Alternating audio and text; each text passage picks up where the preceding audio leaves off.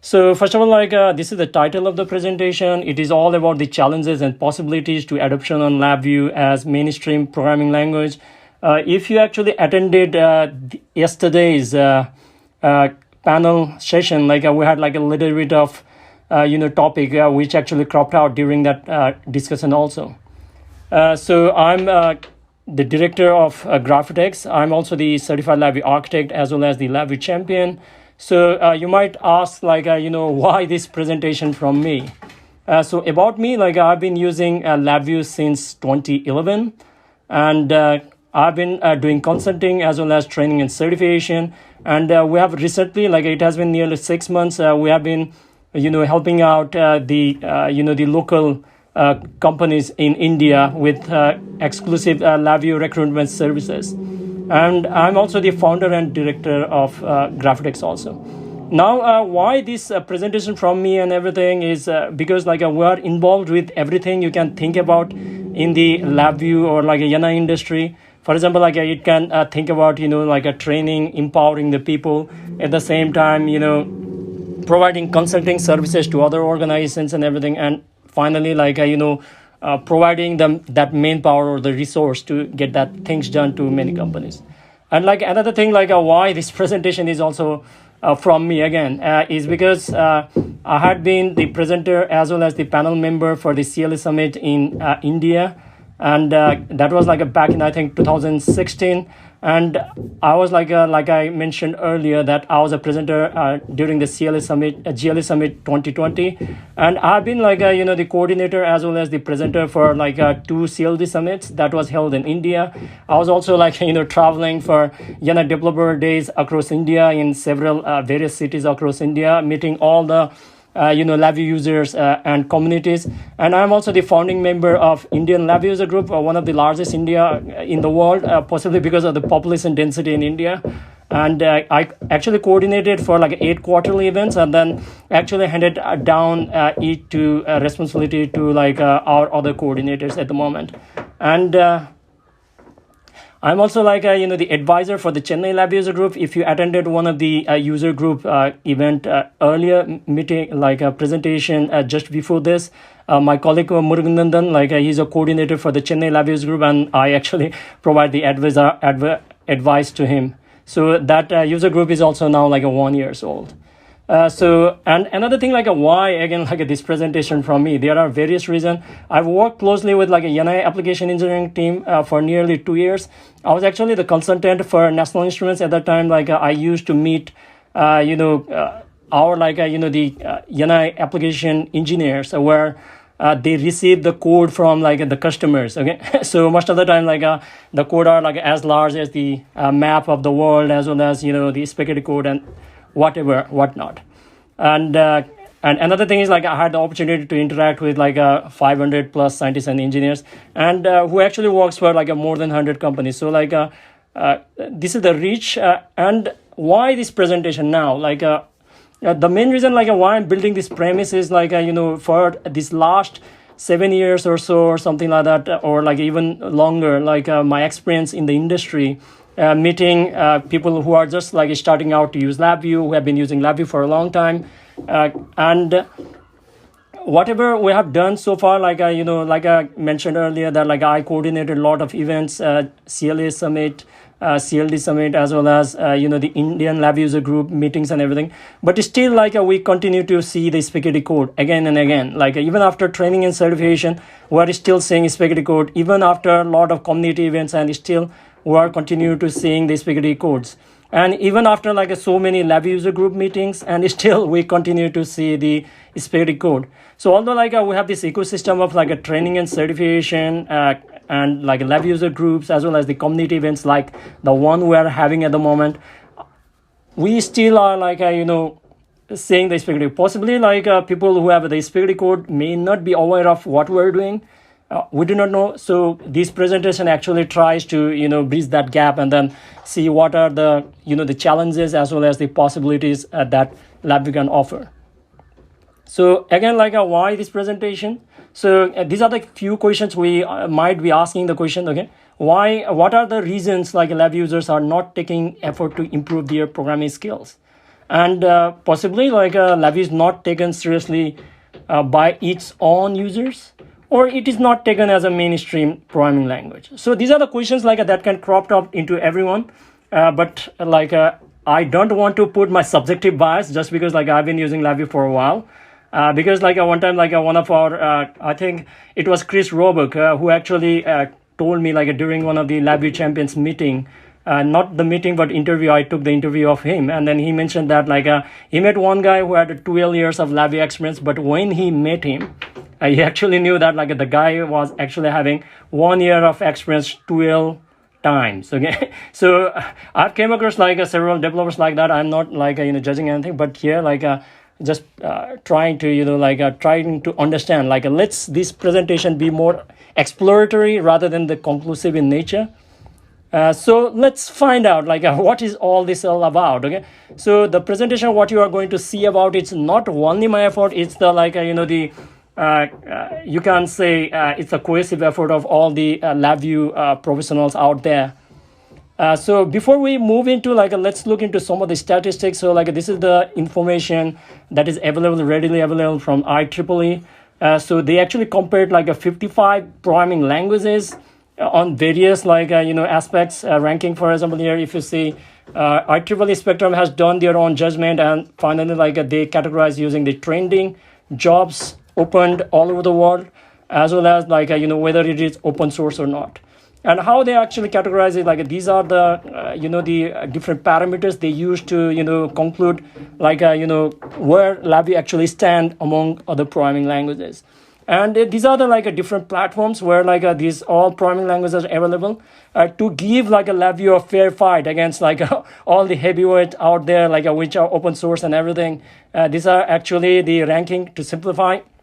So IEEE Spectrum actually shows that like Python, as everybody mentioned, like is on the numero uno, and then if you see down there like LabVIEW is like a 37 out of 55. This is overall like a ranking.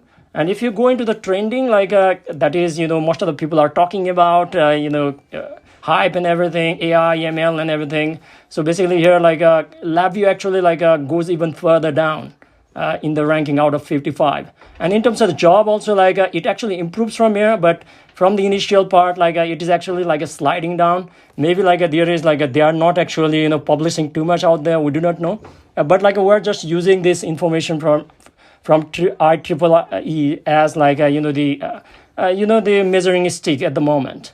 And in the open source, as you can see, like we all know that it was like quite obvious. So LabVIEW actually stands at 46 out of 55. Again, like we're not judging, it's an exploratory thing. Let's look like what is going to we are going to figure it out. Okay, so if we go on the basis of the platforms, on the web as well as the mobile, like there's no data available for LabVIEW. We're making like some changes. Like I saw one of the presentation today on like the learnings from the LabVIEW NXE, but something good came out of that one, and we got like the web module for like the current gen of LabVIEW.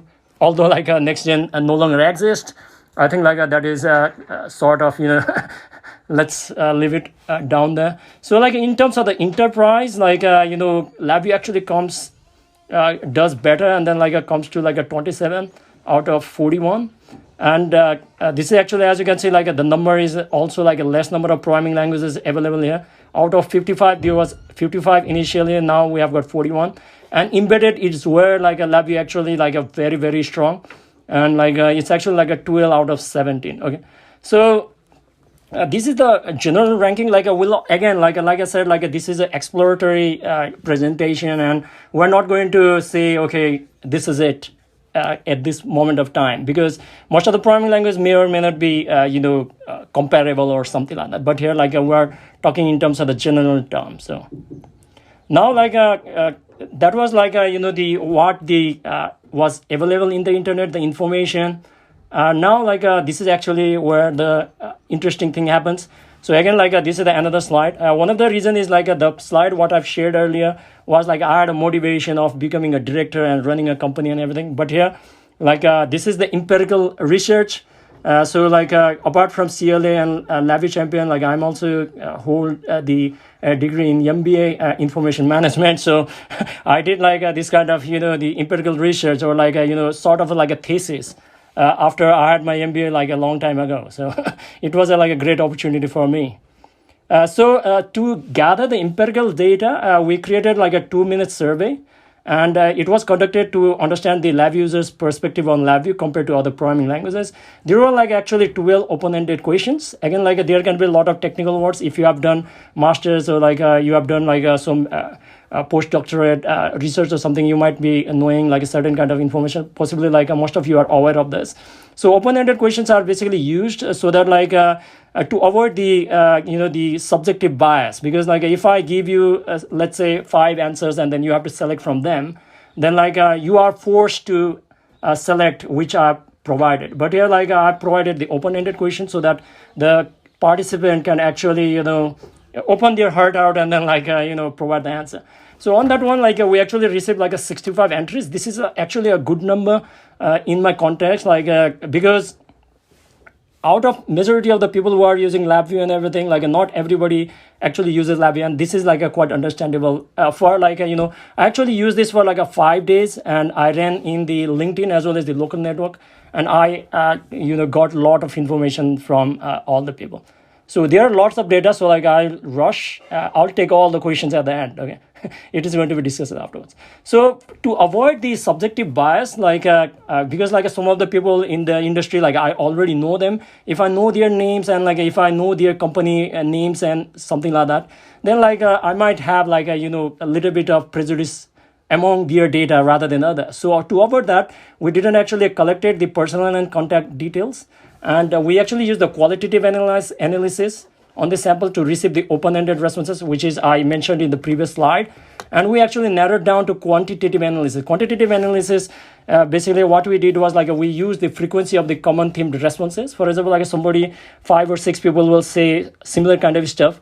We actually like use that on the quantitative analysis. For example, like 5 people responded this way. Okay. So now like demography is very, very important. If you know about the sampling, I think like we are still, or like we just came out of like, in some places there is like, the second wave, third wave, we do not know. And everybody is aware of the sampling and everything. So here like we had a sample of 65 people, excluding me, like I'm the 65 plus 1. So here like it's actually a good number, because majority of the people who actually, provided the data are actually like a highly experienced people, individual here. As you can see, 6 to 10 years up to like a 21, we got like a majority of the people here. While like we still got like a 2 to 5 years people, 20, it's also a good number. So like it actually was like a good exercise that we can actually see the perspective of all these people. Now like some might argue that like very few samples are from the new user. For example, here like we're trying to look into the adoption of LabVIEW. So people might argue, but there is a compensation factor here. If you see, all experienced programmers were once programmers. Okay, for example, like here, like whoever is in this demography, they were once the users initially, like just the beginners initially. And another thing is like people who are in this demography also has got like the outer reach to many programmers out there. They have got a lot of clients, and then like they understand the the psychology perspective on why go with LabVIEW and why not with others. And like they actually have got like extensive experience than most of the people who might actually use it for certain purpose, which we'll see in a moment. So once we have this, like now, like we'll look into the, okay. Before that, like there's a slide which actually shows us like the demography that who actually uses, how long they use LabVIEW in a week. Okay, so if you see the majority of the people actually use like 11 to 20 hours. That's like half of the time.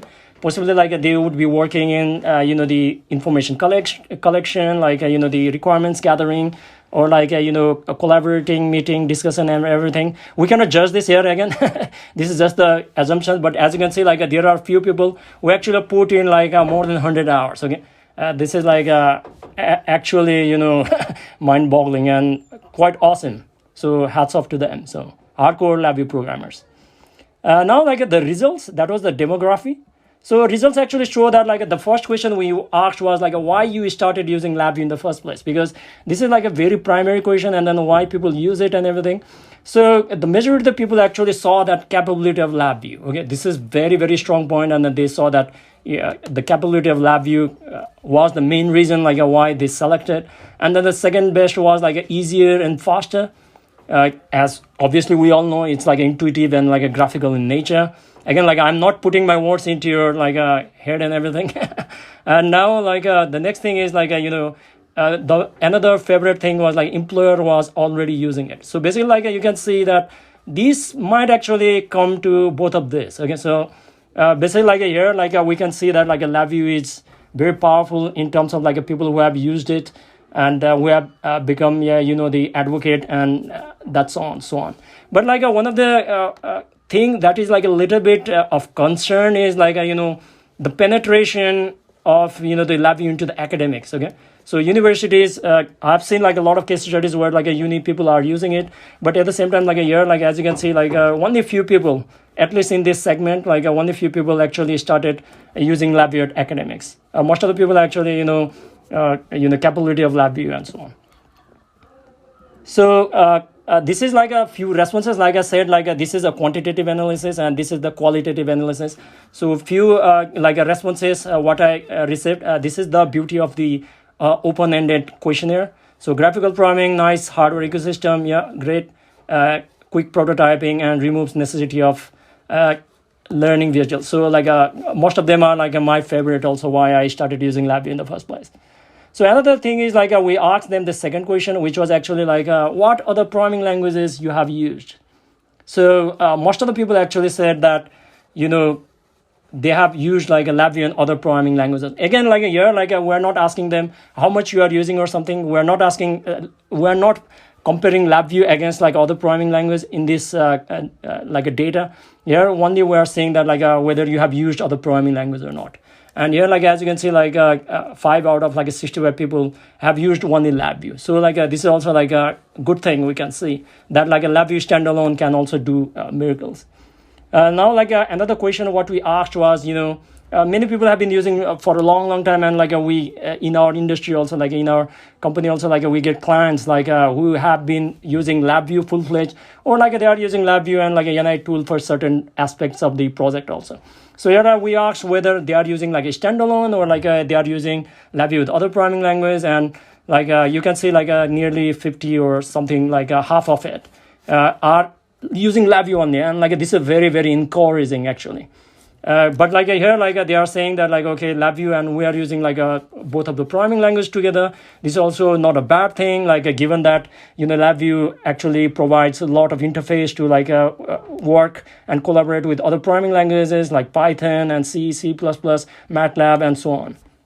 And here like this is like a little bit of segment. We could have actually put this here also, but like again, like if I put it there, it will be not fair for the people who actually answered that like they use LabVIEW mostly, but like in some cases they are also like using LabVIEW. We do not know the reason, but like here like they are using it. Possibly like they already have like an inherited code which already works. We do not know, or like there is like a certain limitations in LabVIEW. We do not know, but here like it's clear that like LabVIEW is king here also. And now another thing is like we asked them the question like since you have already used LabVIEW as well as some other programming languages also, like do you think that like a LabVIEW is replaceable with any other programming languages? So it is very mixed here. So like they said yes and no also, like it's very divided.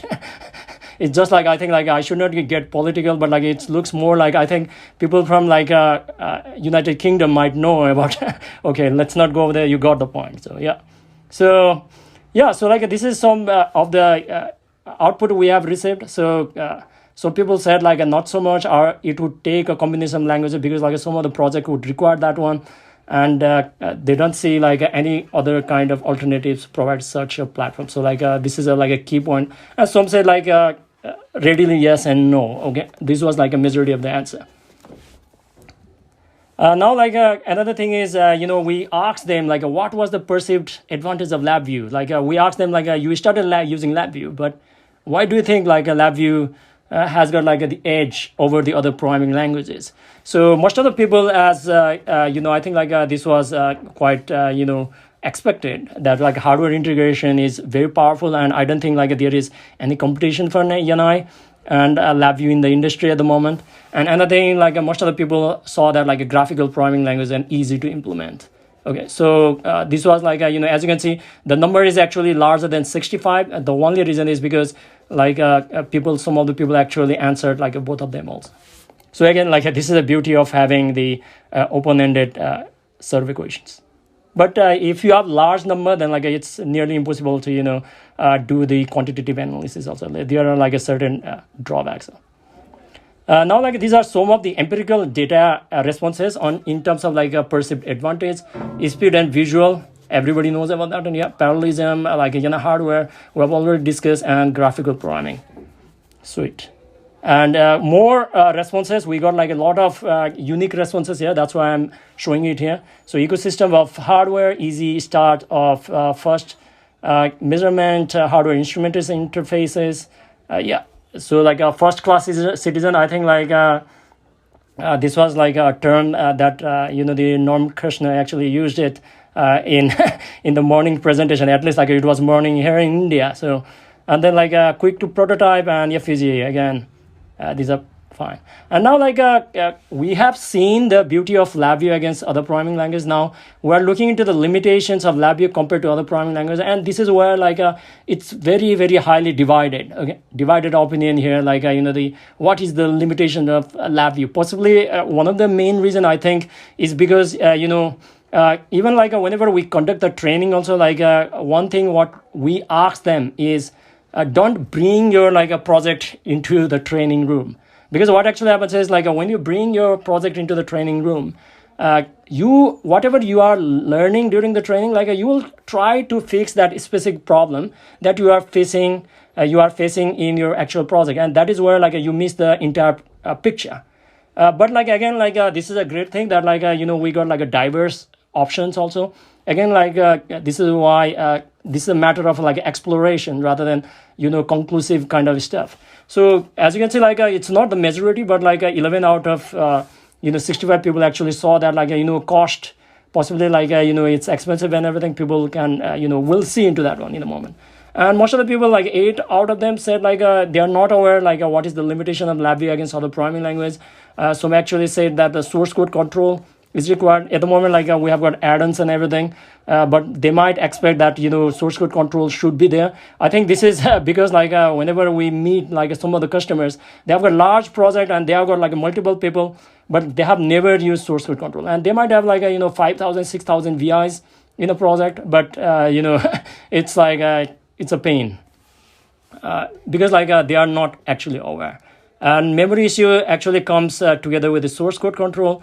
And some people still believe that maybe the libraries are still lacking, maybe compared to Python, which is highly popular with like lot of libraries. UI limitations, 5 of them actually said, and the continuous integration and like a continuous deployment. Hopefully, like these are the things. And some people actually say that some of the training resources are also lacking. And finally, like a Unicode support is also there. So these are like a few of the the open-ended responses.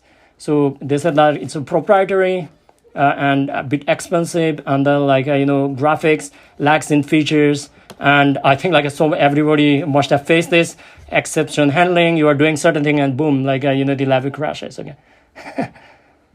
Again, now we understand like the R&D going behind like developing such a very powerful tool.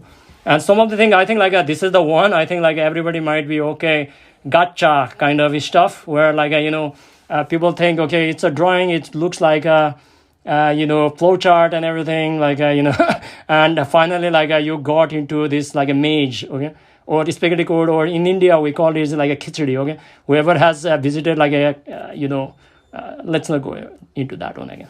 And somebody believe that like there are no limitations also. This is also good. Again, some people actually said that like it lacks libraries, and working with like a complex data structure is pain. Okay, so possibly like these kind of things can be resolved, but I think like these are like a very specific problem for like a specific kind of projects.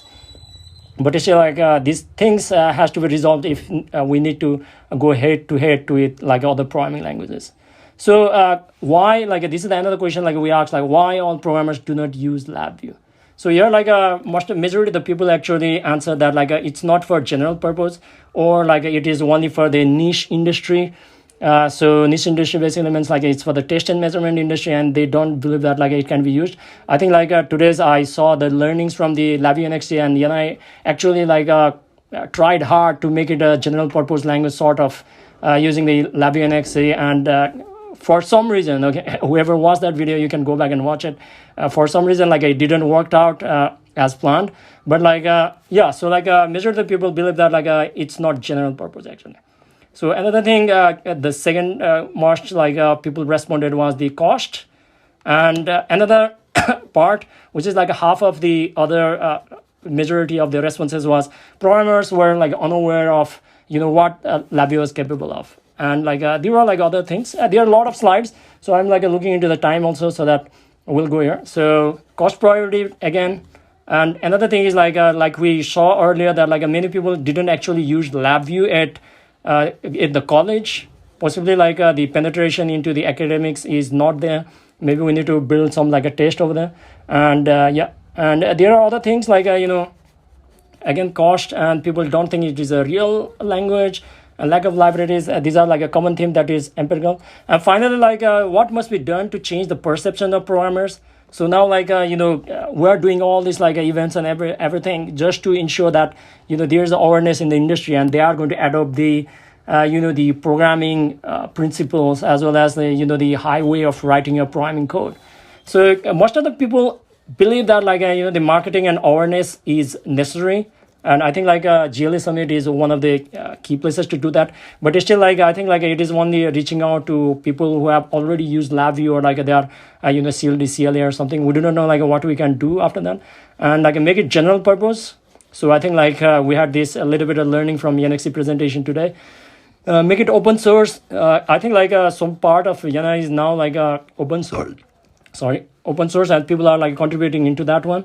Possibly people are thinking, okay, we are doing a little bit of leaps using the like the community edition, and then making it more approachable by many people. And people believe that like maybe if we integrate the coding practices, people might start looking LabVIEW as the programming language. And two of them actually saw that like there's no change is required.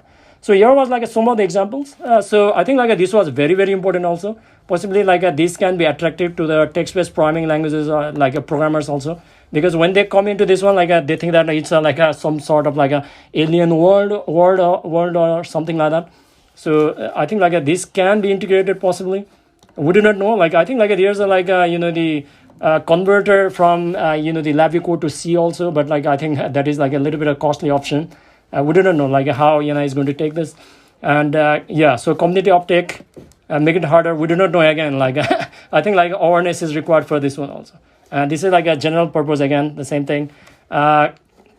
General use again, like it's the thing that is like coming up again and again.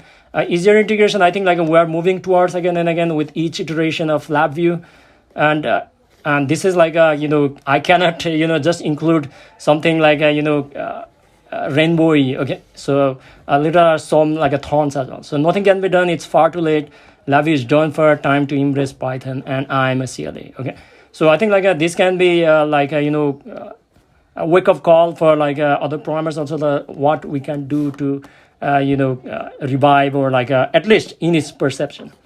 So nothing should be done. I think like best way. I think like he's absolutely correct also, because in India like what we have seen is like there are many companies like who are already using like a LabVIEW. These are like most of the people are like scientists and everything. They don't really care like what programming language has to be used. As soon as like it can be done as quickly as possible.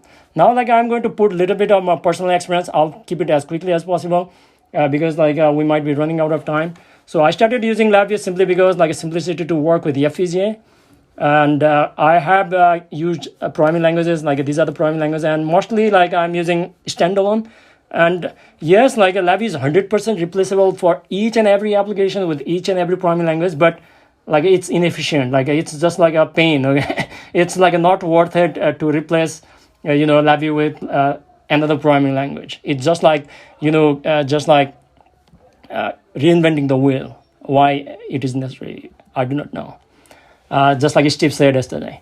And these are the other things, like faster than other programming language based on that one because of the graphical nature. No closest competition in instrument control in the industry. And limitation, again, like general purpose. Why I quoted the web is because as we are moving towards this, the IoT and then 5G, domain of the industry, we are getting too many demand on, most of the system has to be like IoT and everything. And that is where, I think possibly 2022 might answer that one, LabVIEW. And again, the niche industry, this is completely thing. And it is not completely open source for overall edition. But I don't think this is a limitation for the niche industry because, for example, compare the, some car with a Ferrari, okay? But I'm just giving a very short answer because of the limitation. And basically, LabVIEW is not taken as a mainstream because of the cost. And the main reason I found out is let's be honest, the way it has been marketed. Okay, the cost is justified as it needs continuous R&D. I know LabVIEW is expensive, but it is required because a continuous R&D is there. We have got R&D, NI R&D in Bangalore also. So we know that how much work goes into developing that software. But at the same time, marketing can be tweaked because most of the time, we have seen even yesterday, we had this discussion that LabVIEW has been portrayed as easy to write code and simulation software. Okay, they are not even promoting as the actual IDE or a development environment, but as a simulation software. That is how most of the people when I encounter them. And this is the perception. Because of this perception, a huge amount of spaghetti code has been produced, and that is where people actually develop this distaste, and because due to both self-made as well as the inherited code. So if possible, we need to integrate at least a simple design patterns or NI recommended guidelines. Even they do not want to integrate these MOREs, just Norm says, or we are not going to implement Uncle Bob's solid principles. At least they can implement simple design patterns and NI recommended guidelines, because most of the time what we see is we get rescue projects where we have to go and then do all the digging, and it's just such a pain, and it makes me cry. Okay, so now the missing link, I'll give you the rationale. Maybe we'll try to figure out. This is exploratory again. I will look into this. I think I got 12 minutes or so here. So the main reason missing link is most of the people the customers are actually stuck here. Okay, they just want to get things done, and it's such a pain all the time. And because of that reason, the developer experience suffers, because they don't train people for the learning experience. Learning experience means why. Okay, why we are using certain approach and why we need to do certain way. And only when you know why, and you can finally implement how to do it. Okay, because if you just jump into how to do it and everything, without proper understanding on why we are using certain approach, I think we have this discussion about actor framework versus DQMH, QMH, and so on and so on. So it has to come actually from here. Once you learn why you are doing this and how and what comes, and because you have not actually addressed these three, you get all these three from customer. Okay, so customer experience is actually if customer does not come back to you, it's actually a good thing. They are happy. Okay, in most of the cases. And sometimes they can come with a feedback and everything. That is a good thing. But if they come back more than often, that basically means there is something wrong in the process. And that is why. Okay, why is it not working? Okay, this is the question a customer is going to ask: how to make it work and what to do to make it work. Okay, we already know this aspect, so I'm not going to touch there because of the limitation of time. And the missing link is basically the disconnect between the developer and then the decision maker. This is the thing I've faced again and again and again, because the employer, they don't actually want to educate their the programmers, and most of the time the programmers are also solo programmers.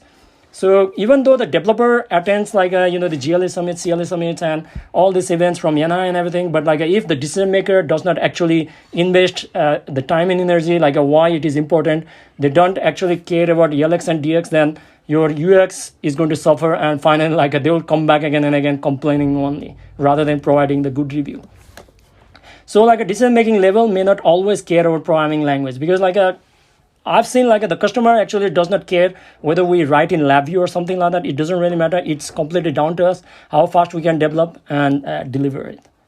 So although like here, okay, so like the decision makers does not understand, but they can understand one thing, and this has been cropping up like today and yesterday's presentation, which is actually known as the technical debt. I think like everybody knows about it. Like I'm not going to go too much into that one. If you write a very bad like a spaghetti code or something, it is going to increase the development time and maintenance time, and possibly like you have to rewrite the code, and it actually defeats the purpose of using the LabVIEW and NI tools. LabVIEW is a very, very powerful software, but if you don't know how to use it, it's like that. For example, you just know how to ride a bicycle, but like somebody gave you, let's say, a rocket to go to the space. Just because you have a rocket, if you do not know how to use it, the rocket becomes useless to you. So the long-term impact is basically like it will be very difficult to find the LabVIEW developers because of the developed culture. Now, how the culture is developed, okay? I think like this is very interesting. So the first thing is like a LabVIEW is introduced as easy programming language. It's not even a software programming language. It's actually a simulation. If you introduce people like that, or like they are inheriting the spaghetti code as the first place, this is the first time they are using it, or it starts LabVIEW do it yourself, okay? You just like people say, okay, it's just like drawing, okay? So finally, like you are going to produce the spaghetti code, increase the technical debt, and like developers as well as the decision makers, even the managers will develop the distress back because okay, LabVIEW is like just consuming time and energy and it's not delivering. And this is going to snowball, and then like it will spread towards all your community members, and like people will develop this like a psychology, and more like you will go in this like a never-ending circle.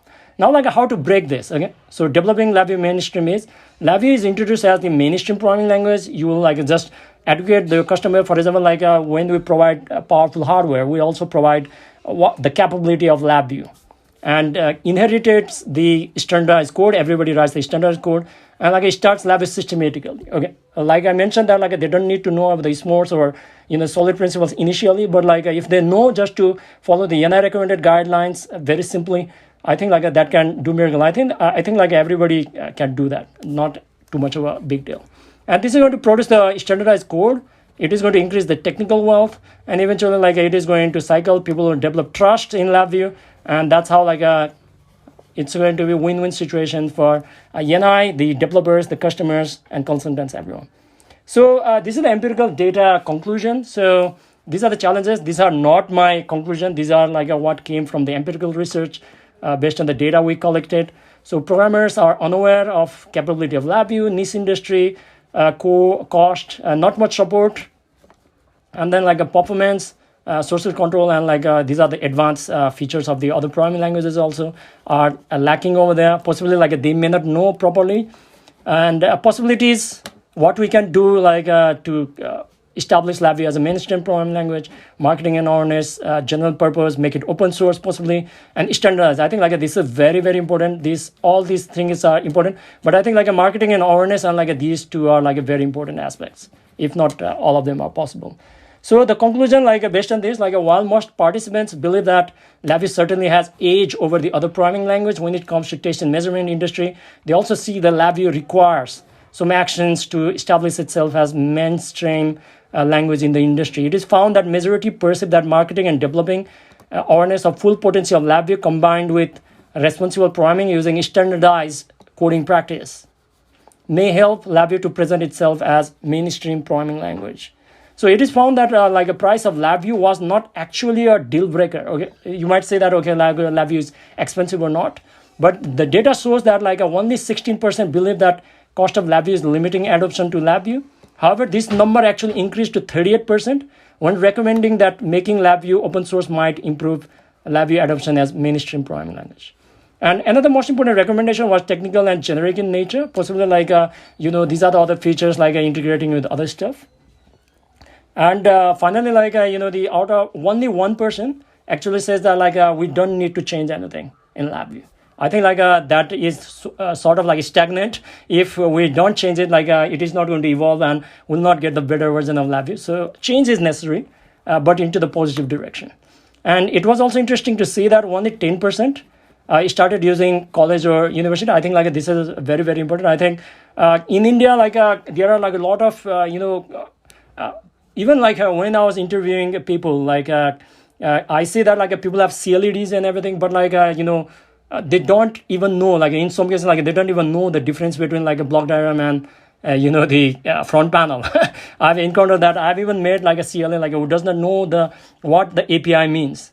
So these are the fear, like it is there, and it becomes a responsibility of us, the fellow like advocates of LabVIEW to ensure that like we not only penetrate but like maintain the quality of the people like who uses LabVIEW. And this is very, very important, because even though we have a penetration, but like if you get like the bad spaghetti code writing programmers, like it is actually a drawback rather than a positive stuff. So 47% actually responses are standalone. This is really good, and 13% actually are rarely used. So like it's a great understanding. So thank you very much for everyone. I think like I finished just 4 minutes before my stipulated time. So a special thank you to everyone who participated in the survey. Without you, like this presentation would not have been possible. I think like I want to hear from you guys, like what you want to say about like what could have been done to improve this presentation, as well as the LabVIEW to establish as the mainstream programming language. I think this discussion has been cropping up in previous events also. So like I'll take some questions, like if you can.